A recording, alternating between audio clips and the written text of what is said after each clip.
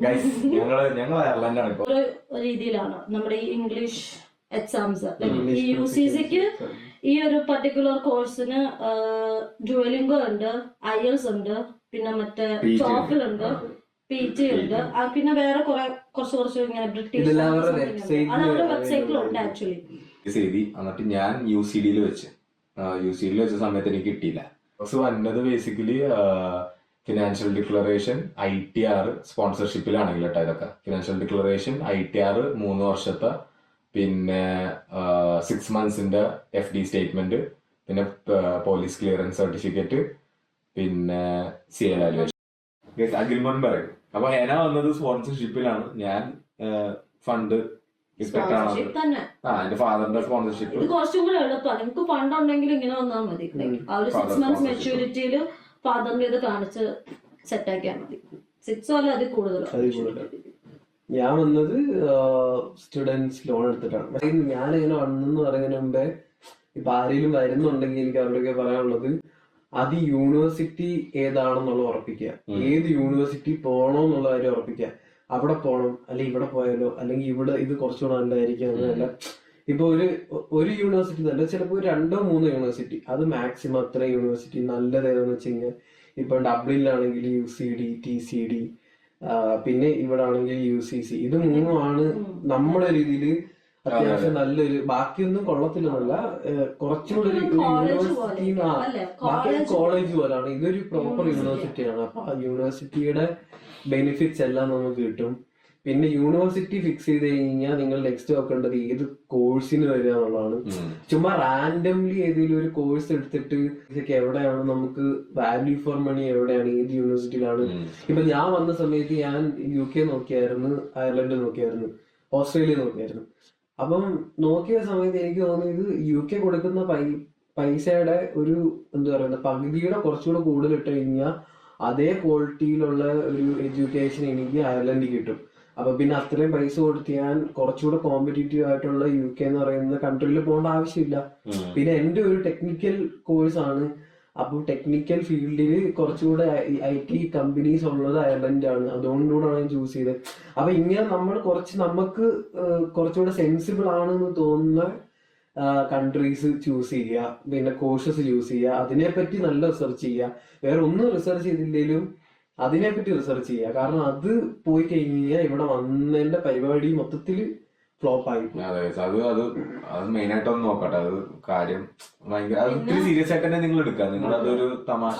ഇപ്പം മറ്റേ ഈ പറഞ്ഞ മാതിരി ഏജൻസി പറയുന്നത് വെച്ചിട്ട് പോയിരിക്കും. അതായത് ഏജൻസി ചിലപ്പോൾ പറയും ഇന്ന യൂണിവേഴ്സിറ്റി നല്ലതാണ്, അല്ലെങ്കിൽ ഇന്ന കോഴ്സ് ഭയങ്കര സ്കോപ്പ് ഉള്ളതാണ്. അത് ചിലപ്പോൾ വേറെ ആർക്കെങ്കിലും ഇൻട്രസ്റ്റിംഗ് ആയിരിക്കും, അല്ലെങ്കിൽ സ്കോപ്പ് ഉള്ളതായിരിക്കും. പക്ഷെ നിങ്ങൾക്ക് ചിലപ്പോൾ ആവണമെന്നില്ല, നിങ്ങൾക്ക് ചിലപ്പോൾ അത് ഇഷ്ടപ്പെടണമെന്നില്ല. ആ കോഴ്സ് എന്തുവാണെന്ന് പോലും അറിയാതെ വരുന്ന കുറെ പേരുണ്ട്. അപ്പൊ അങ്ങനെ വരാതിരിക്കുക. എന്ന് വെച്ചാൽ എന്താ പറയണ, ബേസിക്കലി നമ്മൾ ഈ 10th കഴിയുമ്പോ അച്ഛനും അമ്മയും പറഞ്ഞുതരും +1+2 നമ്മുടെ ഡിസിഷൻ നമ്മൾ ഓക്കെ അവര് പറയും ഇതാണ് പോസിബിലിറ്റീസ് മോനെ, നീ എടുക്ക് നല്ലതായിരിക്കും. അപ്പൊ നമ്മൾ അതങ്ങനെ എടുക്കും. അത് കഴിഞ്ഞിട്ട് അവര് പറയും മോനെ നീ ഒരു പ്രൊഫഷണൽ ഡിഗ്രി എടുക്ക്, അല്ലെങ്കിൽ നീ അത് എടുക്കുക, ആ ഡിഗ്രി എടുക്കുക, ഇത് ഡിഗ്രി എടുക്കുക, ഇതായിരിക്കും പോസിബിലിറ്റീസ്. അപ്പൊ നമ്മൾ വിചാരിക്കാം നല്ലതായിരിക്കും, ഇതെടുക്കും. അതും നമ്മുടെ ഡിസിഷൻ അല്ല. പിന്നെ ഒരു മാസ്റ്റേഴ്സിലോട്ട് പോണ സമയത്ത് അത്യാവശ്യം ബുദ്ധി ഉപയോഗിക്കുക. നമ്മുടെ ഫ്യൂച്ചർ ഇരിക്കണം നമ്മുടെ കയ്യിലാണെന്ന് ചിന്തിക്കുക. നമ്മൾ അതിനനുസരിച്ചുള്ള ഡിസിഷൻ, ഇത് നമ്മൾ എടുക്കേണ്ട ഡിസിഷനാണ്. അതിൽ വരാൻ പോണ കോൺസിക്വൻസസ് നമ്മൾ നേരിടാൻ പോണത്. അപ്പൊ മാസ്റ്റേഴ്സ് എന്ന് പറയുമ്പോൾ നമുക്കൊരു ആ സമയം ആകുമ്പോഴത്തേക്ക് നമുക്കൊരു ഐഡിയ വരും. അതായത് എനിക്ക് എന്താണ് താല്പര്യമുള്ളത്. ഇപ്പം മറ്റേ UG പഠിക്കുന്ന സമയത്താണെങ്കിൽ ചിലപ്പോൾ നമുക്ക് ഐഡിയ കാണത്തില്ല. UG ഒരു തീരാറൊക്കെ ആകുമ്പോഴായിരിക്കും എനിക്ക് ഇതിനോട് ഒരു താല്പര്യമായിരുന്നു, അല്ലെങ്കിൽ എനിക്ക് വേറെ എന്തൊക്കെയായിരുന്നു ചെയ്യേണ്ടതെന്ന് തോന്നും. മാസ്റ്റേഴ്സ് എന്ന് പറഞ്ഞു കഴിഞ്ഞാൽ നിങ്ങൾക്ക് അതെല്ലാം റെക്ടിഫൈ ചെയ്യാനുള്ള ഒരു ഓപ്ഷനാണ്. അതായത് നിങ്ങൾക്ക് എന്ത് ചെയ്യണം എന്നുള്ളതിനെ പറ്റി നല്ലപോലെ പഠിച്ചിട്ട് നിങ്ങൾക്ക് ആ ഒരു ഫീൽഡിലേക്ക് പോകാനുള്ളൊരു ചാൻസാണ്. പിന്നെ അത് കഴിഞ്ഞിട്ട് പുറത്തോട്ട് വരുമ്പോഴത്തേക്കും നിങ്ങൾക്ക് ചാൻസസ് ഭയങ്കര കൂടുതലാണ്. കാരണം നിങ്ങളെ അത്രയും നല്ല രീതിയിൽ ഓപ്പൺ ആയിട്ട് സ്വീകരിക്കുന്ന ഒരു എന്താ പല രാജ്യങ്ങളിലൊന്നാണ് അയർലൻഡ്. അപ്പൊ അത് നല്ല രീതിയിൽ നോക്കാം. പിന്നെ നിങ്ങൾ ഒന്നിലധികം ആൾക്കാരോട് ചോദിക്കുകയും വേണം. അത് ഭയങ്കര മസ്റ്റ് ആയിട്ടുള്ള കാര്യം. കാരണം ഒരാളോട് പറയുന്ന പോലെ അല്ല. ഡിസിഷൻ നമ്മുടെയാണ്, ലാസ്റ്റത്തെ ഒരു ഡിസിഷൻ നമ്മുടെയാണ്. പക്ഷെ എല്ലാവരോടും ചോദിക്കുക. എല്ലാവരും ഓരോരോ രീതിയിലായിരിക്കും പറയുന്നത്. ഞാൻ പറഞ്ഞാണെങ്കിൽ ഡിഗ്രി കഴിഞ്ഞിട്ട് നിങ്ങൾ ഒരു ജോലിക്ക് കയറാം. കാരണം ഞാൻ എന്താന്ന് വെച്ചാല് ഞാൻ ഈ എഞ്ചിനീയറിംഗ് കഴിഞ്ഞപ്പോ തന്നെ ഞാൻ UCD വെച്ചത് ഫുഡ് ടെക്നോളജിയുടെ മാസ്റ്റേഴ്സിനാ, എഞ്ചിനീയറിംഗ് ബേസ്ഡ് മാസ്റ്റേഴ്സിനാ. പക്ഷെ ഞാൻ ആദ്യം പോയത് പ്രൊഡക്ഷനാണ്, എഞ്ചിനീയറിംഗ് സൈഡിലോട്ടാ. പിന്നെ പോയത് ബിസിനസ് സൈഡിന്റെ, ഫുഡിന്റെ. അപ്പൊ ഫുഡിന്റെ ബിസിനസ് സൈഡിലോട്ട് പോയപ്പോഴാണ് എനിക്ക് മനസ്സിലായത് ഇതാണ് എനിക്ക് ഇൻട്രസ്റ്റ് ഉള്ള ഒരു സൈഡ്. അപ്പോഴാണ് എന്റെ മൈൻഡും ഒന്ന് ക്ലിയർ ആയത്. ബേസിക്കലി ഇതാണ് എനിക്ക് ഇൻട്രസ്റ്റ്, ഇത് എനിക്ക് ചെയ്യാൻ പറ്റും. അങ്ങനെയാണ് ഞാൻ ഫുഡ് ബിസിനസ് എടുത്തത് മാസ്റ്റേഴ്സിൽ. അപ്പൊ ഞാൻ പറഞ്ഞ കൺഫ്യൂഷൻ ഉള്ള ആൾക്കാരാണെങ്കിൽ ഡിഗ്രി കഴിഞ്ഞിട്ട് അല്ലെങ്കിലും ഒരു 2 വർഷം വർക്ക് ചെയ്തിട്ട് ഇവിടെ അതിനൊരു ബെനിഫിറ്റ് ഇപ്പം അല്ലെന്നുണ്ടെങ്കിൽ നിങ്ങൾ ഇവിടെ വരുമ്പോൾ നിങ്ങൾക്ക് അപ്ലൈ ചെയ്യാൻ പറ്റുന്ന പറഞ്ഞാൽ ഗ്രാജുവേറ്റ് റോൾസ് ആണ്. അതായത് നാട്ടിലെ മറ്റേ ഫ്രഷേഴ്സിന് ഉള്ള രീതിയിലുള്ള ഗ്രാജുവേറ്റ് റോൾസ് ആണ്. പ്ലേസ്മെന്റ് നാട്ടില് മറ്റേ കോളേജിൽ നിന്ന് പ്ലേസ്ഡ് ആയി പോകുന്നത് പിന്നെ പോലെ സിമിലർ ആയിട്ടുള്ളതാണ്. പക്ഷെ കുറച്ചുകൂടെ കോമ്പറ്റീഷൻ ആണ്. കാരണം ബാക്കിയുള്ള കോളേജുകളിൽ നിന്ന് ആൾക്കാർ കിട്ടാൻ ചാൻസസ് കുറവാണ്. പക്ഷെ നിങ്ങൾക്ക് അതായിരിക്കും മെയിൻലി, നിങ്ങൾക്ക് അതിലെ ആൾക്കാർ എടുക്കത്തുള്ളൂ. നിങ്ങൾ എക്സ്പീരിയൻസ് ഇല്ലാത്തതുകൊണ്ട് അതിലെ എടുക്കത്തുള്ളൂ. പക്ഷെ നിങ്ങൾ 2 വർഷത്തെ എക്സ്പീരിയൻസ് ആയിട്ട് വരുമ്പോഴത്തേക്കിന് ഒന്ന് നിങ്ങൾക്ക് ഒരു പ്രൊഫഷണൽ എൻവയോൺമെന്റിൽ എങ്ങനെ വർക്ക് ചെയ്യേണ്ടതെന്ന് അറിയാം. പിന്നെ നിങ്ങൾക്ക് നിങ്ങളെ പറ്റി ഒരു ക്ലിയർ ഐഡിയ ആണ് ഏത് ഫീൽഡിലോട്ടാണ് പോകേണ്ടതെന്നുള്ളത്. പിന്നെ ആ എക്സ്പീരിയൻസ് കൂടെ കൊണ്ടുവരുമ്പോഴത്തേക്കിനും നിങ്ങൾക്ക് ഇവിടെ വന്നിട്ട് ഗ്രാജുവേറ്റ് റോൾസ് അല്ലാതെ ബാക്കി നല്ല റോൾസിന്, കുറച്ചുകൂടെ എക്സ്പീരിയൻസ് ആയിട്ടുള്ള റോൾസിന്, കുറച്ചുകൂടെ ഹൈ പേയിങ് ആയിട്ടുള്ള റോൾസിന് അപ്ലൈ ചെയ്യാൻ പറ്റും. അതൊരു ഭയങ്കര അഡ്വാൻറ്റേജ് ആണ്. എല്ലാവരോടും ഇത് ചെയ്തിട്ടേ വരാവോളെന്നല്ല, ഇത് ചെയ്തിട്ട് വന്നാൽ നല്ലതായിരിക്കും, നല്ലതായിരിക്കും. പിന്നെ ഞാൻ വന്നത് സ്റ്റുഡൻസ് ലോൺ വെച്ചിട്ടാണ്.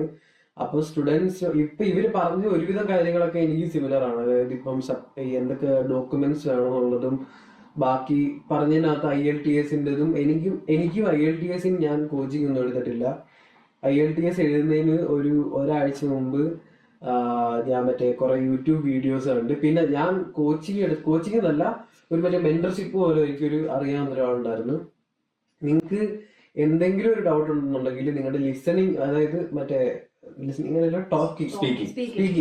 സ്പീക്കിങ്ങിന് വേണമെങ്കിൽ നിങ്ങൾക്ക് ഈ പറയുന്ന മാതിരി എന്തെങ്കിലും മെന്ററോ അല്ലെങ്കിൽ എന്തെങ്കിലും ഒരു ഏജൻസി എന്തെങ്കിലും ഉണ്ടെന്നുണ്ടെങ്കിൽ അതിനെടുക്കുക. കാരണം നമുക്ക് എഴുതാനും മറ്റേ വായിക്കാനും മറ്റേ ബാക്കിയുള്ള കാര്യങ്ങളെല്ലാം നടക്കും. പക്ഷെ ഇപ്പൊ പ്രത്യേകിച്ച് നമുക്ക് സംസാരിക്കുമ്പോഴത്തേക്കായിരിക്കും ചിലപ്പോൾ ഒരു ഇഷ്യൂ വരുന്നത്. ആ ഒരു ഇംഗ്ലീഷിൽ ഒരു ഫ്ലുവൻസിയോ അല്ലെങ്കിൽ എന്തൊക്കെ പറയണമെന്നുള്ള, അതും എന്തൊക്കെ വേർഡ്സ് യൂസ് ചെയ്യണം. ചിലപ്പം ഈ IELTS സ്കോർ മാറുന്നതെന്ന് വെച്ച് കഴിഞ്ഞാൽ എന്തൊക്കെ സംസാരിക്കുന്നു എന്നുള്ളതല്ല, അതിനകത്ത് നമ്മൾ എന്തൊക്കെ വേർഡ്സ് യൂസ് ചെയ്യുന്നു, ഇപ്പൊ കണക്ടിങ് വേർഡ്സ് അല്ലെങ്കിൽ മറ്റേ സിനോണിംസോ ഇഡിയംസോ അങ്ങനെ എന്തെങ്കിലുമൊക്കെ ബേസിക്കലി കുറച്ചുകൂടെ കട്ടിയുള്ള വാക്കുകളൊക്കെ യൂസ് ചെയ്യുകയാണെന്നുണ്ടെങ്കിൽ കുറച്ചുകൂടെ മാർക്ക് കിട്ടും. ഇത് ജെന്യുവിൻ ആണ്. കുറച്ചുകൂടെ കട്ടിയുള്ള വാക്കുകളൊക്കെ യൂസ് ചെയ്താൽ നിങ്ങൾക്ക് മാർക്ക് കിട്ടും. ഇതായിരിക്കും IELTS പോകുമ്പോൾ അവരും പറഞ്ഞു തരുന്നത്. ക്രിയേറ്റ് ചെയ്യാം. പക്ഷെ അത് ക്രിയേറ്റ് ചെയ്യണമെങ്കിൽ അത് വരണം. അപ്പൊ അതിന് വേണമെങ്കിൽ ഒരാഴ്ച ഇംഗ്ലീഷ് അറിയാവുന്ന ഒരാളുടെ അടുക്കി സംസാരിക്കുക. അപ്പൊ അവര് പറഞ്ഞു തരും എന്തൊക്കെയാണ് ഇപ്പം ഈസിന് വരെ വാസാണോ അങ്ങനെ എന്തെങ്കിലുമൊക്കെ യൂസ് ചെയ്യുന്നതിനൊക്കെ പറഞ്ഞു തരുമ്പോൾ നമ്മൾ കുറച്ചുകൂടെ കോൺഷ്യസ് ആയിട്ട് എക്സാം സമയത്ത് അത് ചെയ്യും. ബാക്കിയുള്ളതിനെല്ലാം നിങ്ങൾക്ക് യൂട്യൂബ് നോക്കിയിട്ട് മറ്റേ IELTS മോക്ക് എന്ന് പറഞ്ഞ് ഗൂഗിളിൽ അടിച്ചു കൊടുത്തെങ്കിൽ ഇഷ്ടം പോലെ സംഭവങ്ങൾ കിട്ടും. അതെടുത്ത് കഴിഞ്ഞാൽ ഭയങ്കര ബെനിഫിറ്റ്സ് ആണ്. വേറെ അതിന് വേണ്ടിയിട്ട് പൈസ കളയേണ്ട ആവശ്യമില്ല. പിന്നെ എനിക്ക് വന്നെന്ന് വെച്ച് കഴിഞ്ഞാൽ സ്റ്റുഡൻസ് ലോണാണ് ഞാൻ എടുത്തെങ്കിലും എൻ്റെ ലിവിങ് കോസ്റ്റ് ഞാൻ ആക്ച്വലി കാണിച്ചതെന്ന് വെച്ച് കഴിഞ്ഞാൽ വീട്ടിൽ വേറൊരു ആവശ്യത്തിന് വേണ്ടി വെച്ചിരുന്ന ഒരു FD ഉണ്ടായിരുന്നു. അപ്പൊ ആ FD കാണിച്ചിട്ട് വരാമെന്നുള്ള പ്ലാനിലായിരുന്നു ഇരുന്നത്. അപ്പൊ ആ FDയും പിന്നെ ബാക്കി എൻ്റെ എഡ്യൂക്കേഷൻ ലോണും എന്നുള്ള രീതിയിൽ എടുക്കാനായിരുന്നു. അങ്ങനെ പറ്റും. അതായത് ലിവിങ് കോസ്റ്റ് സെപ്പറേറ്റും എഡ്യൂക്കേഷൻ ലോൺ ബാക്കിയുള്ള നമ്മുടെ എഡ്യൂക്കേഷൻ ലോൺ സെപ്പറേറ്റ് ആയിട്ട് ടോട്ടൽ കാണിക്കാൻ പറ്റും. പക്ഷെ അതിൽ എനിക്ക് വന്ന പ്രശ്നം എന്ന് വെച്ച് കഴിഞ്ഞാൽ ഇപ്പം FD ആണെന്നുണ്ടെങ്കിൽ ആ FD ഏതെങ്കിലും ഒരു ബാങ്കിലായിരിക്കണം. അല്ലാതെ ഇപ്പം നമ്മുടെ നാട്ടിലെ മറ്റേ മുത്തൂറ്റോ അല്ലെങ്കിൽ ഏതെങ്കിലും ഒരു ലോക്കൽ ബാങ്കോ NBFC അങ്ങനൊന്നും ആയിരിക്കൂല. ഇപ്പൊ എന്റെന്ന് പറഞ്ഞ ഞങ്ങളൊരു കോപ്പറേറ്റീവ് സൊസൈറ്റി ആയിരുന്നു ഒരു FD കിടന്നത്. അപ്പൊ അത് പറ്റാത്തതുകൊണ്ട് ലാസ്റ്റ് മൊമെന്റിലാണ് അത് അറിയുന്നത് തന്നെ ആ FD പറ്റൂല എന്ന്. അതുകൊണ്ട് പിന്നെ ആ FD ലിക്വിഡേറ്റ് ചെയ്ത് ഈ 2 സർട്ടിഫിക്കറ്റും ഒക്കെ ഉണ്ട്. അതായത് ഈ FD ഞങ്ങളുടെ പേരിലായിരുന്നു എന്നുള്ളതും പിന്നെ അത് ലിക്വിഡേറ്റ് ചെയ്ത് കഴിഞ്ഞിട്ട് എൻ്റെ അച്ഛൻ്റെ അക്കൗണ്ടിൽ വന്നു എന്നുള്ളതും പിന്നെ ഈ എഡ്യൂക്കേഷൻ ലോണിന്റെ ഡിസ്ബേഴ്സ്മെന്റ് ലെറ്റർ, സാങ്ഷൻ ലെറ്റർ ഇതെല്ലാം വെക്കേണ്ടി വന്നു. പിന്നെ ഇവിടെ എനിക്ക് പറയാനുള്ളൊരു കാര്യം വെച്ച് കഴിഞ്ഞാൽ ഇപ്പം 30 lakhs ആണ് നമ്മുടെ ടോട്ടൽ ഇതെന്നുണ്ടെങ്കിൽ അതിലിപ്പോ 10 lakhs ചിലപ്പോൾ നിങ്ങൾ പല രീതിയായിരിക്കും വെക്കുന്നത്. ചിലപ്പോൾ ഈ FD കാണിച്ചിട്ട് ഈ FD എനിക്ക് എടുക്കാൻ പറ്റില്ല പിന്നീട്, കാരണം അത് വേറൊരു ആവശ്യത്തിന് വേണ്ടി ചെയ്യുന്നത്. അല്ലെങ്കിൽ ചിലപ്പോൾ നിങ്ങൾ മറ്റേ ഷോ മണി പോലത്തെ പരിപാടിയിലായിരിക്കും വരുന്നത്. ഇങ്ങനെയൊക്കെ വരുവാണെന്നുണ്ടെങ്കിൽ നിങ്ങളോട് പറയാനുള്ളത് കുറച്ച് ഒരു പൈസ നിങ്ങളൊരു ബഫറായിട്ട് വെച്ചേക്കുക. ഒരു 2-3 lakhs എങ്കിലും നിങ്ങൾ ഒരു ബഫറായിട്ട് വെച്ചേക്കുക. കാരണം ഇവിടെ വന്നു കഴിഞ്ഞിട്ട് നിങ്ങൾ ഒരുവിധം 90% ആൾക്കാരും പാർട്ട് ടൈം ചെയ്ത് പൈസ ഒപ്പിക്കുക എന്നുള്ളൊരു പ്ലാനിലായിരിക്കും വരുന്നത്. പക്ഷെ വരുമ്പോ തന്നെ ആരും പാർട്ട് ടൈം തരൂല. വന്ന് നിങ്ങൾക്ക് ഒരു മാസം എടുക്കും ഇവിടുത്തെ ഒരു കാലാവസ്ഥ ഒന്ന് പിടിച്ച് ഒന്ന് സെറ്റിലായി വരാൻ. പിന്നെ ഒരു മാസം അല്ലെങ്കിൽ 1.5 മാസം എടുക്കും പാർട്ട് ടൈം ഒന്ന് കിട്ടി നിങ്ങൾക്കൊന്ന് ഇൻകം ഒക്കെ വന്നു തുടങ്ങാൻ. അപ്പൊ തന്നെ ഒരു 2.5 മാസം അല്ലെങ്കിൽ ഒരു 3 മാസത്തെ നിങ്ങളുടെ റെന്റ്, ഫുഡ്, പിന്നെ ഈ ഇനീഷ്യൽ കുറെ കാര്യങ്ങൾ മേടിക്കാനുള്ളത്, അങ്ങനെ കുറെ പൈസ ചെലവുള്ളത്. ഇത് നമ്മൾ പറഞ്ഞുതരാട്ടാ. ഇത് ബാക്കിയുള്ള അതിനകത്ത് എന്തൊക്കെയാണ് വേണ്ടതെന്നുള്ളത് നമ്മൾ വേറെ പറഞ്ഞുതരാം. പക്ഷെ ഇപ്പൊ പറയാനുള്ളത് വെച്ച് കഴിഞ്ഞാൽ ഇങ്ങനെ ഒരു ബഫർ മണി എന്തായാലും നിങ്ങളുടെ കയ്യിൽ വെച്ചേക്കുക. അതിപ്പോ നിങ്ങളുടെ സേവിങ്സ് ആണെങ്കിലും അല്ലെങ്കിൽ എന്തെങ്കിലും വേറെ എന്തെങ്കിലും വഴിയാണെന്നുണ്ടെങ്കിലും ആ ഒരു പൈസ ഉണ്ടെങ്കിൽ നിങ്ങൾക്ക് ആ ഒരു സെക്യൂരിറ്റി ആണ്. അതായത് ഓക്കെ, എന്തെങ്കിലും വന്നു കഴിഞ്ഞാൽ എനിക്ക് ഇത് ചെയ്യാനുള്ള പൈസ ഉണ്ടെന്നുള്ളൊരു സെക്യൂരിറ്റി ആണ്. എനിക്ക് പറ്റിയെന്ന് വെച്ച് കഴിഞ്ഞാൽ ഞാൻ ശരിക്കും ഈ പറഞ്ഞ കാര്യം 2 മാസത്തെ ഒരു പൈസയുടെ ഒരു ഇത്, അതായത് ഒരു 1.5 ലക്ഷത്തിനടുത്ത് വെച്ചിട്ടാണ് ഞാൻ വന്നത്. ബാക്കിയെല്ലാം എൻ്റെ ഫീസിലേക്ക് പോകുന്ന രീതിയിലാണ് ഞാൻ വെച്ചിരുന്നത്. അതിനുശേഷം പാർട്ട് ടൈം കിട്ടുന്നുള്ള രീതിയിലായിരുന്നു വന്നത്. പക്ഷെ വന്നു കഴിഞ്ഞിട്ട് എനിക്ക് ഇവിടെ അക്കോമഡേഷന് ഒരുപാട് പ്രശ്നം, എനിക്കല്ല എനിക്ക് എല്ലാവർക്കും അക്കോമഡേഷൻ ഒരുപാട് പ്രശ്നങ്ങൾ പറ്റിയായിരുന്നു. അക്കോമഡേഷനെ പറ്റി നമ്മളൊരു വേറൊരു വീഡിയോയിലും പാടാണ്. കിട്ടും ഇല്ലാന്ന് പറയുന്നില്ല, പക്ഷെ ഇച്ചിരി പാടാ, ഭയങ്കരമായിട്ട് ഒന്നും അതിലെന്തൊക്കെ ചെയ്യണമെന്നുള്ളത് നമ്മൾ പിന്നീട് ഈ അക്കോമഡേഷൻ, പാർട്ട് ടൈം, പിന്നെ ബഫർ മണി എത്ര വെക്കണം എന്നുള്ളതൊക്കെ ഓരോ എപ്പിസോഡായിട്ട് ഇടാം. അപ്പം എനിക്ക് അതാണ് പിന്നെ വേറെ കാര്യം പറയാനുള്ളത്. അതായത് കുറച്ച് പൈസ നമ്മൾ മാറ്റി വെച്ചേക്കുക. പിന്നെ എനിക്ക് പറയാനുള്ളത് വെച്ച് കഴിഞ്ഞാൽ ഈ മറ്റേ ഫ്ലൈറ്റിൻ്റെത് നിങ്ങൾ കുറച്ച് നേരത്തെ ബുക്ക് ചെയ്ത് കഴിഞ്ഞാൽ, അതായത് നേരത്തെ പ്രൊസീജിയർ സ്റ്റാർട്ട് ചെയ്ത് കഴിഞ്ഞാൽ ഉടൻ ഫ്ലൈറ്റ് ഞാനൊരു 2 മാസം മുമ്പ് ബുക്ക് ചെയ്തപ്പോഴത്തേക്ക് എനിക്ക് 46,000-ന് ഫ്ലൈറ്റ് മൊത്തം ചാർജസും ഇതായിരുന്നു അവിടെ നിന്ന് വരെ. അതും 13 മണിക്കൂർ കൊണ്ട് അവിടെ നിന്ന് ഡബ്ലിനിലെത്തുന്നത്. അതായത് രാവിലെ 4 മണിക്ക് കയറി ഉച്ചയ്ക്കൊരു 3 മണിയോ 4 മണി എന്തോ ആയപ്പോൾ ഇവിടെ എത്തുന്ന രീതിയിൽ ഉള്ള ഫ്ലൈറ്റ് 46,000 രൂപയ്ക്ക് കിട്ടിയായിരുന്നു. അപ്പൊ എനിക്ക് ശരിക്കും ഞാൻ അപ്ലൈ പോലും ചെയ്തിട്ടില്ല. പക്ഷെ ഒരു വിശ്വാസത്തിന്റെ പുറത്താണ് വിസ കിട്ടുന്നതിന് മുന്നെയാണ് നീ വിസ അപ്ലൈ ചെയ്യുന്നതിന് മുമ്പേ ഞാൻ ടിക്കറ്റ് ഒന്നുമല്ല ഒരു ട്രാവൽ വിസ എടുത്തിട്ട് പോയിട്ട് തിരിച്ചു തരാന്നുള്ളതില്ലായിരുന്നു. അപ്പൊ അത് എടുത്തു വെച്ചേക്കുക. ടിക്കറ്റ് എടുത്തു വെച്ച് കഴിഞ്ഞാൽ നിങ്ങൾക്ക് ബേസിക്കലി നിങ്ങൾ നോക്കാവുന്നത് വെച്ച് കഴിഞ്ഞാൽ എവിടത്തെ നിങ്ങൾക്ക് കോസ്റ്റ് നാട്ടിൽ കുറയ്ക്കാൻ പറ്റും, അത്രയും കുറയ്ക്കാൻ പറ്റുമെന്നുണ്ടെങ്കിൽ ആ പൈസ നിങ്ങൾക്ക് ഇവിടെ വന്ന് നിങ്ങൾക്ക് എന്തായാലും ചെലവാകും. അപ്പൊ ആ പൈസ ഉണ്ടെങ്കിൽ ഇവിടെ വന്ന് നിങ്ങൾക്ക് ചെലവാക്കാൻ പറ്റും, നിങ്ങൾക്ക് വലിയ കുഴപ്പമില്ലാതെ ചെലവാക്കാൻ പറ്റും. അല്ലാതെ നിങ്ങൾ നാട്ടിൽ മറ്റേ ഈ എത്രത്തോളം ഡിലേ ആകുന്നു അത്രത്തോളം പൈസ പിന്നെയും പൊക്കോണ്ടിരിക്കും. കാരണം ഗൈസ് ഇവിടെ €1 എന്ന് പറയുന്നത് 90 രൂപയാണ്, ഇന്ത്യൻ റുപ്പീസ് ആണ്. അപ്പൊ നമ്മുടെ ഇന്ത്യൻ റുപ്പീസ് യൂറോയിലോട്ട് ആക്കുമ്പോ ഒന്നും ഉണ്ടാവില്ല. 10,000 രൂപ കൊണ്ട് വന്നാൽ അതിലാകെ 2 നോട്ടുകളുണ്ടാവും. അതായത് അത് ഞങ്ങള് നമ്മളിപ്പം ഞങ്ങൾ രണ്ടുപേരും എക്സ്പീരിയൻസ് ചെയ്ത് ചെയ്യാം. നാട്ടിലൊരു 10,000 രൂപ ഉണ്ടെന്നുണ്ടെങ്കിൽ നമുക്കൊരു 10 ദിവസം നല്ല അത്യാവശ്യം ഒരു ഹോട്ടലിൽ നിൽക്കാം. എബോ ആവറേജ് ഒരു 3 സ്റ്റാർ ഹോട്ടലൊക്കെ ചിലതൊക്കെ കിട്ടും. MMTയിലൊക്കെ 1,500 രൂപയ്ക്കൊക്കെ.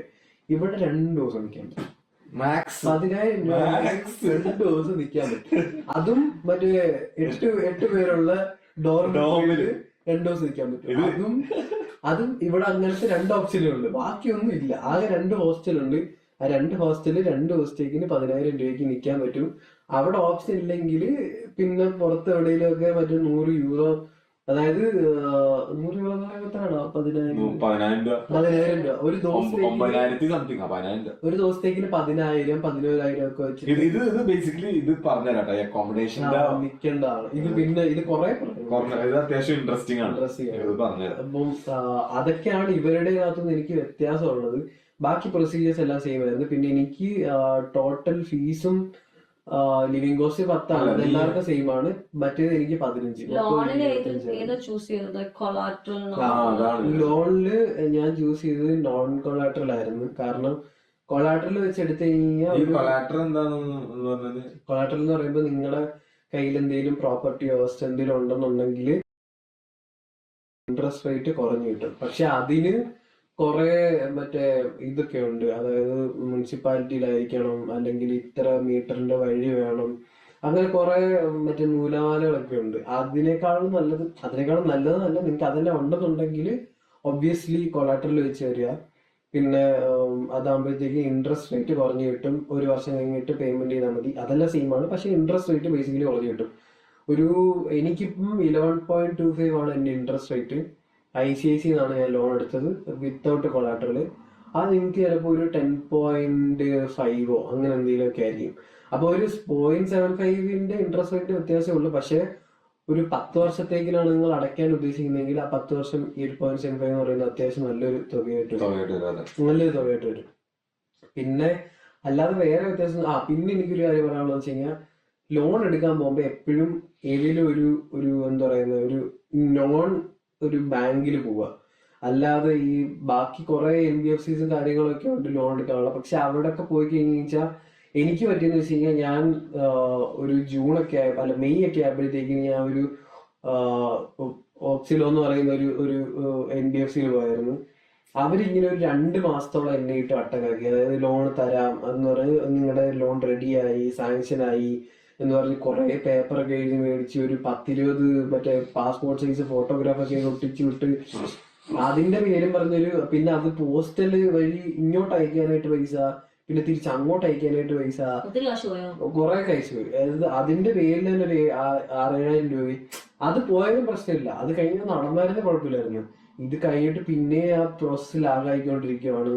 അവസാനം അമ്മയുടെ മറ്റേ പാൻ കാർഡ് മാച്ച് ആവുന്നില്ല, അമ്മയുടെ പാൻ കാർഡ് മാച്ച് ആവണേ, അമ്മൂമ്മയുടെ മറ്റേ എന്തായിരുന്നു പരീക്ഷയുടെ സർട്ടിഫിക്കറ്റ് വേണം. അമ്മൂമ്മയ്ക്ക് തന്നെ ഇപ്പൊ 10-70 വയസ്സുണ്ട്. അമ്മൂമ്മയുടെ 10ാം ക്ലാസ്സിലെ സർട്ടിഫിക്കറ്റ് ഒക്കെ മറ്റേ പെട്ടിക്കകത്ത് നിന്നൊക്കെ തപ്പിയെടുക്കാന്ന് പറഞ്ഞില്ല, അത് നടക്കത്തില്ല.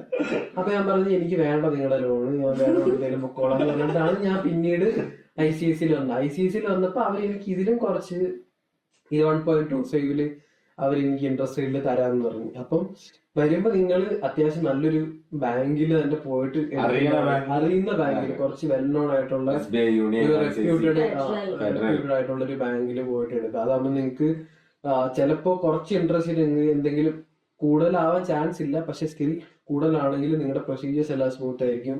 അതിനുശേഷം ഉള്ള റിലേഷൻഷിപ്പ് ആണെങ്കിൽ സ്മൂത്ത് ആയിരിക്കും. കാരണം ഇപ്പൊ ബാങ്ക് ലോൺ എടുത്ത് ഇനി വന്ന് പഠിച്ചു കഴിഞ്ഞാലും പിന്നീട് ഒരു 5-6 ഇയേഴ്സ് നിങ്ങൾ ആ ബാങ്കുമായിട്ടായിരിക്കും നിങ്ങളുടെ റിലേഷൻഷിപ്പ്. പൈസ അടയ്ക്കുന്നതും അല്ലെങ്കിൽ ബാക്കി നേരത്തെ അടയ്ക്കുന്നതും ലംസം എമൗണ്ട് എന്തെങ്കിലും ഉണ്ടെങ്കിലൊക്കെ ആ ബാങ്കുമായിട്ടായിരിക്കും ഡീൽ ചെയ്യേണ്ടത്. അപ്പൊ ആ കാര്യങ്ങളൊക്കെ സ്മൂത്ത് ആണെന്നുണ്ടെങ്കിൽ നല്ലൊരു റെപ്യൂട്ടഡ് ആയിട്ടുള്ള ഒരു ബാങ്കിൽ നിന്ന് എടുക്കുന്നത് അതായിരിക്കും നല്ലത്. പിന്നെ കാര്യങ്ങളൊക്കെ ഇപ്പൊ FD ആണെങ്കിൽ പോലും നമ്മൾ ഇടുന്നതാണെങ്കിൽ പോലും അത് അത്യാവശ്യം ഒരു വെൽ നോൺ വിസയുടെ ടൈം ആകുമ്പോൾ അത് ഭയങ്കര ഇഷ്യൂ. വെൽ നോൺ അല്ലെന്നുണ്ടെങ്കിൽ അതിനെ ലിക്വിഡേറ്റ് ചെയ്യണം. ലിക്വിഡേറ്റ് ചെയ്തിട്ട്, അതായത് ആ FD ബ്രേക്ക് ചെയ്തിട്ട് അത് നിങ്ങളുടെ ആ ഒരു അക്കൗണ്ടിൽ കാണിക്കണം. അങ്ങനെ കാണിക്കുകയാണെന്നുണ്ടെങ്കിൽ ഈ 6 months ഇത് ഇഷ്യൂ ഇല്ല. കാരണം ഞാൻ ലിക്വിഡേറ്റ് ചെയ്തിട്ട് അതിന്റെ പിറ്റേ ദിവസത്തെ സ്റ്റേറ്റ്മെന്റ് എടുത്തിട്ടാണ് അപ്ലൈ ചെയ്തത്. അപ്പൊ അത് 6 മാസത്തിന് മുമ്പേ ആ FD ഉണ്ടായിരുന്നുണ്ടെങ്കിൽ അത് ലിക്വിഡേറ്റ് ചെയ്തിട്ട് നിങ്ങൾക്ക് അത്ര 6 മാസം വെക്കേണ്ട ആവശ്യമില്ല. പ്രൂഫ് മാത്രം കാണിച്ചാൽ മതി. മെച്ചൂർഡ് മണി ആയിരിക്കും. അതായത് 6 മാസം FD ആയിട്ട് കിടന്നിരുന്നു, പക്ഷെ അത് ഇപ്പൊ ലിക്വിഡേറ്റ് ചെയ്തിട്ട് കാണിക്കുന്നുള്ള രീതിയിൽ സ്റ്റേറ്റ്മെന്റും FDയുടെ പേപ്പറും, അതായത് FD മറ്റു മെച്ചൂർ ആയുള്ള പേപ്പർ, അത് രണ്ടും കൂടെ കാണിച്ചു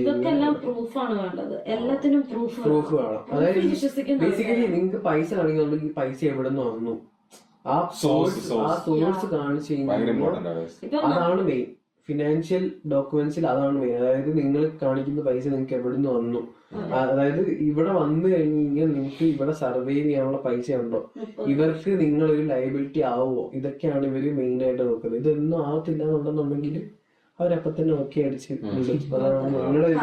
ഈ ഒരു വർഷം ഇവർക്ക് ആ ഒരു വർഷം വേണം ഒരു 30 ലക്ഷമാണ്. ഈ ഒരു 30 lakhs നമ്മൾ തന്ന പ്രൂഫില് അത് ഓക്കെ ആണെങ്കിൽ അവര് നമ്മളെ വെൽക്കം ചെയ്യും. വെൽക്കം ടു അയർലൻഡ് അല്ലെങ്കിൽ ഈ വർഷം ഞങ്ങള് ലാസ്റ്റ് മൊമെന്റിൽ ഞങ്ങൾക്ക് എങ്ങനെയൊക്കെയോ പെട്ടെന്ന് കിട്ടി. പക്ഷെ അടുത്ത വർഷം ചിലപ്പോ അങ്ങനെ കിട്ടണമെന്ന്, കാരണം അടുത്ത വർഷം ചിലപ്പം ഇതിലും കൂടുതൽ ആൾക്കാർ ട്രൈ ചെയ്യുന്നുണ്ടായിരിക്കും ഇങ്ങോട്ട് വരാനായിട്ട്. റിജക്ഷൻസും കൂടുതലായിരിക്കും, പറയാൻ പറ്റത്തില്ല. അത് ഓരോ വർഷവും പിന്നെ നമ്മൾ മറ്റേ ഇത് ചെയ്യുന്ന ടൈമും എല്ലാം ഡിപ്പെൻഡ് ചെയ്തിരിക്കും. പിന്നെ എനിക്ക് ലാസ്റ്റ് ആയിട്ട് പറയാനുള്ള ഒരു കാര്യം എന്ന് വെച്ച് കഴിഞ്ഞാൽ, ചിലപ്പം ഒരു 1, 2, 3 വർഷം കഴിയുമ്പോഴത്തേക്കും അയർലൻഡ് ഭയങ്കര സാച്ചുറേറ്റഡ് ആവും. അതായത് ഫോറിൻ സ്റ്റുഡൻസ് ഇപ്പൊ തന്നെ അത്യാവശ്യം സാച്ചുറേറ്റഡ് ആവാൻ തുടങ്ങി. അപ്പൊ ഒരു 2-3 വർഷം കഴിയുമ്പോൾ ചിലപ്പോ ഇന്നത്തെ UK-യോ അല്ലെങ്കിൽ ഇന്നത്തെ കാനഡയോ പോലൊക്കെ ഭയങ്കര സാച്ചുറേറ്റഡ് ആവും, ഭയങ്കര കോമ്പറ്റീഷൻ വരും. ഭയങ്കര ഡൈവേഴ്സ് ആണ്. പക്ഷെ ഒരു കോമ്പറ്റീഷൻ ലെവല് ഭയങ്കര കുറച്ചുകൂടെ ഹയർ ആവും. അതായത് ഇപ്പൊ UK-ലൊക്കെ ഉള്ള പോലത്തെ ഒരു സിറ്റുവേഷൻ, അതായത് ഒരൊറ്റ റോളിന് വേണ്ടിയിട്ട് ഇഷ്ടംപോലെ ആൾക്കാർ കോമ്പീറ്റ് ചെയ്യുന്ന ഒരു സിറ്റുവേഷൻ ഒക്കെ വരും. അപ്പം അതെല്ലാം നോക്കിയിട്ട് നിങ്ങൾക്ക് അതെല്ലാം ആ സ്ട്രഗിൾ എല്ലാം ഫേസ് ചെയ്യാൻ പറ്റും, അല്ലെങ്കിൽ അതിൽ എല്ലാം ഫേസ് ചെയ്യാനുള്ള ഒരു കോൺഫിഡൻസ് നിങ്ങൾക്ക് ഉണ്ട്, ഒരു ബിലീഫ് ഉണ്ടെന്നുണ്ടെങ്കിൽ മാത്രം വരിക. കാരണം പെട്ടെന്ന് വന്ന് ഇവിടെ ആരും ജോലി എടുത്തു തരത്തില്ല. ആ ഒരു കോമ്പറ്റീഷൻ ഫേസ് ചെയ്ത് ആ ഒരു സ്ട്രഗിൾ ഫേസ് ചെയ്തിട്ടേ ഇവിടെ സർവൈവ് ചെയ്യാൻ പറ്റത്തുള്ളൂ. അപ്പൊ വരുമ്പോഴേ ആ ഒരു മൈൻഡിൽ ആ ഒരു ഇത് സെറ്റ് ചെയ്ത് വെച്ചിട്ട് വരിക. നാട്ടിൽ തന്നെ ഇരിക്കുക. അതെ, ഇപ്പൊ നമ്മൾ ഇവിടെ വന്നിട്ട് നാട്ടിൽ നിന്നു എന്ന് പറയുന്ന അങ്ങനെ പറയുന്നതല്ല. നാട്ടിൽ ഭയങ്കര മറ്റേ നല്ല രീതിയിൽ ജീവിച്ചു പോകുന്നുണ്ടെന്നുണ്ടെങ്കിൽ നാട്ടിൽ നിൽക്കുന്നത് നല്ല. അത്യാവശ്യം കുറച്ച് നിങ്ങൾക്ക് താല്പര്യമുണ്ട് ഈ ഒരു കൾച്ചർ അല്ലെങ്കിൽ ഒരു ജോലി അങ്ങനെ. പിന്നെ അതായത് എനിക്കൊരു ഫോറിൻ കൾച്ചർ എക്സ്പീരിയൻസ് ചെയ്യണം, അല്ലെങ്കിൽ എനിക്കൊരു പുറത്തു ഒരു മാസ്റ്റേഴ്സ് എടുത്തേ പറ്റൂ എന്നൊക്കെ ഉണ്ടെന്നുണ്ടെങ്കിൽ അങ്ങനെയാണെങ്കിൽ കുഴപ്പമില്ല, അങ്ങനെയാണെങ്കിൽ വരാം. കാശ് ഉണ്ടാക്കാൻ പൈസ ഉണ്ടാക്കാൻ പറ്റും. മറ്റേ എടുത്ത ലോണോ അല്ലെങ്കിൽ കുറച്ച് സേവിങ്സോ അങ്ങനെയൊക്കെ ഉണ്ടാക്കാൻ പറ്റും. ഇപ്പൊ ഒരു 2 ഇയേഴ്സിനുള്ളിൽ തന്നെ ലോൺ പറഞ്ഞ പോലെ ലോൺ എന്തായാലും അടച്ചു തീർക്കാൻ പറ്റും. പിന്നെ കുറച്ച് സേവിങ്സ് ചെയ്യാൻ പറ്റും. പക്ഷെ നമ്മൾ അതല്ല നമ്മുടെ ലക്ഷ്യം. ഇവിടെ ഒരു ജോലിയൊക്കെ കിട്ടി കുറച്ചുകൂടെ ഫിനാൻഷ്യലി, ഇപ്പൊ എല്ലാരും വരുന്നത് ഓരോരോ ആഗ്രഹങ്ങളും എക്സ്പെക്ടേഷൻസും പ്രതീക്ഷയൊക്കെ വെച്ചിട്ടായിരിക്കും. അപ്പൊ അതൊക്കെ നമുക്ക് കിട്ടണമെന്നുണ്ടെന്നുണ്ടെങ്കിൽ നല്ലൊരു ജോലി കിട്ടണം. നല്ലൊരു ജോലി കിട്ടി, ഇവിടെ സ്റ്റേ ബാക്ക് കിട്ടി, പിന്നെ ബാക്കിയുള്ള കാര്യങ്ങൾ എത്ര വർഷം നിൽക്കുന്നു എന്നുള്ളതിനെ പറ്റി ഒക്കെ ഡിപ്പെൻഡ് ചെയ്തിരിക്കും. പക്ഷെ അങ്ങനെ കിട്ടണമെന്നുണ്ടെങ്കിൽ നല്ലൊരു ജോലി വേണം. അങ്ങനെ വേണമെന്നുണ്ടെങ്കിൽ ആ ഒരു ഫീൽഡിനെ പറ്റി പഠിച്ച് കുറച്ച് സ്ട്രഗിൾ ചെയ്യാനൊക്കെ ആയിട്ട് റെഡി ആയിട്ട് വന്നാലേ. ഇപ്പൊ ഞങ്ങൾക്ക് തന്നെ അറിഞ്ഞൂടാ അടുത്ത വർഷം എന്തായിരിക്കും ഒരു അവസ്ഥ. കാരണം നാട്ടിൽ ചിന്തിച്ച പോലെ അല്ല ഇവിടെ വന്നു കഴിഞ്ഞപ്പോ എന്തായാലും ഡിഫറെന്റ് മറ്റിങ്ങനെ എല്ലാം മറ്റേ ഫ്ലിപ്പായ പോലെ. അതായത് ഇവിടെ പഠിപ്പിക്കുന്ന രീതി, ഇവിടെ ആൾക്കാർ ഹയർ ചെയ്യുന്ന രീതി, അല്ലെങ്കിൽ ഇവിടെ വർക്ക് ചെയ്യുന്ന എൻവയോൺമെന്റ്, വർക്കിംഗ് കൾച്ചർ, ഇതെല്ലാം എന്തായാലും ഡിഫറെന്റ്. ഇവിടുത്തെ ആൾക്കാരുടെ കൾച്ചർ, ആ ഒരു കൾച്ചറൽ ഷോക്ക് മാറാൻ തന്നെ ഒരു 1.5 മാസം സമയം എടുക്കും. ഇപ്പൊ തന്നെ കാര്യം നല്ല തണുക്കുന്നുണ്ട്. അതിന് അങ്ങനത്തെ ചേഞ്ച് ഒക്കെ അതിനൊക്കെ മൈൻഡ് പ്രിപ്പയർ ആയിട്ട് ഫുഡ് ഉണ്ടാക്കി കഴിക്കാം. ചിലപ്പോ ഫ്രണ്ട്സ് ഉണ്ടാവില്ല, ഒരു പ്രശ്നമില്ല, ജീവിച്ചോളാം. ഇപ്പൊ നമ്മൾ 3 പേരിരിക്കുന്നു. ചിലപ്പോ നിങ്ങൾ വരുമ്പം ഇങ്ങനെ ഒരു സർക്കിളോ അതൊന്നും ഇപ്പൊ ചിലപ്പോ തുടക്കത്തിൽ കിട്ടണമെന്നില്ല. പിന്നെ ഇത് കിട്ടിയത് തന്നെ അങ്ങോട്ട് വന്ന ഉടനെ അടുത്ത ദിവസം തന്നെ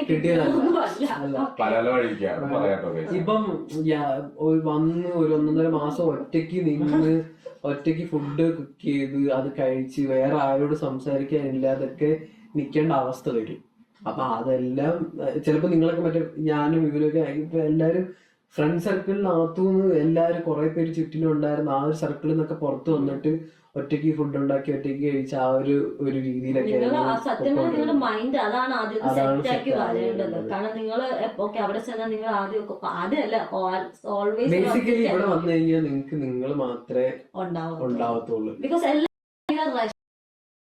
എല്ലാവർക്കും അവരവരുടെ ലൈഫ് സെറ്റാക്കി എടുക്കാനുള്ള ഓട്ടത്തിലായിരിക്കും. വരുമ്പം എന്തും ഫേസ് ചെയ്യാനുള്ള മൈൻഡ് സെറ്റാക്കി വരിക. എന്ത് വന്നാലും ഫേസ് ചെയ്യും എന്നുള്ളൊരു മൈൻഡ് സെറ്റാക്കി മറ്റേ ഒരു മൈൻഡ് സെറ്റിങ് കയറി വന്നു കഴിഞ്ഞാൽ വേറെ ഒരു നമ്മളെ കൊണ്ടേ പറ്റൂ. നമ്മളെ തന്നെ മോട്ടിവേറ്റ് ചെയ്യാം. കുഴപ്പമില്ലാത്ത. അപ്പൊ ആ ഒരു പോസിറ്റീവ് നോട്ടില് നമുക്ക് ഈ ഇന്നത്തെ എപ്പിസോഡ് റാപ്പ് ചെയ്യാം. കൂടുതൽ ഞങ്ങള് നീട്ടി നീട്ടുന്നില്ല. ഇപ്പൊ തന്നെ വല്ലാണ്ട് നീണ്ടു. ഇത് ഇനി നമ്മൾ അടുത്ത കുറച്ചുകൂടെ എന്താ പറയുന്നത് ഇൻഫർമേറ്റീവ് ആയിട്ടുള്ള ഇൻഫോർമേറ്റീവ് ആയിട്ട് കുറച്ചും അതായത് കൂടി ഇവിടെ വന്നു കഴിഞ്ഞിട്ട് ബാക്കി എന്തൊക്കെ ചെയ്യണം. ഇപ്പൊ ഞങ്ങൾ ഇവിടെ എത്തി. ഇനി ഇവിടെ നിന്ന് എന്തൊക്കെ വേണം ഞങ്ങൾക്കൊന്നും ആരെയൊന്നും അറിയത്തില്ല. അറിയത്തില്ല. ഇനി എന്തൊക്കെ വേണമെന്നുള്ളത് നമ്മൾ അടുത്തടുത്ത വീഡിയോസിൽ പറയുന്നത്. പറയാനായിട്ട് പിന്നെ കുറച്ചും കൂടി ഫണ്ണാക്കാം. ഫണ്ടാക്കാം. അതെ, ഇതിപ്പോ നമ്മൾ തുടക്കത്തിന്റെ ഒരു ഇതാണ്. ഇതാണ് ക്യാമറ ഷൈ കുറച്ചുകൂടെ ഒന്ന് റെഡി നെയ്മോൾ ശരിയല്ല. ഞങ്ങളപ്പോ So cold here. അപ്പൊ അടുത്ത വീഡിയോ അടുത്ത വീഡിയോ കാണാം.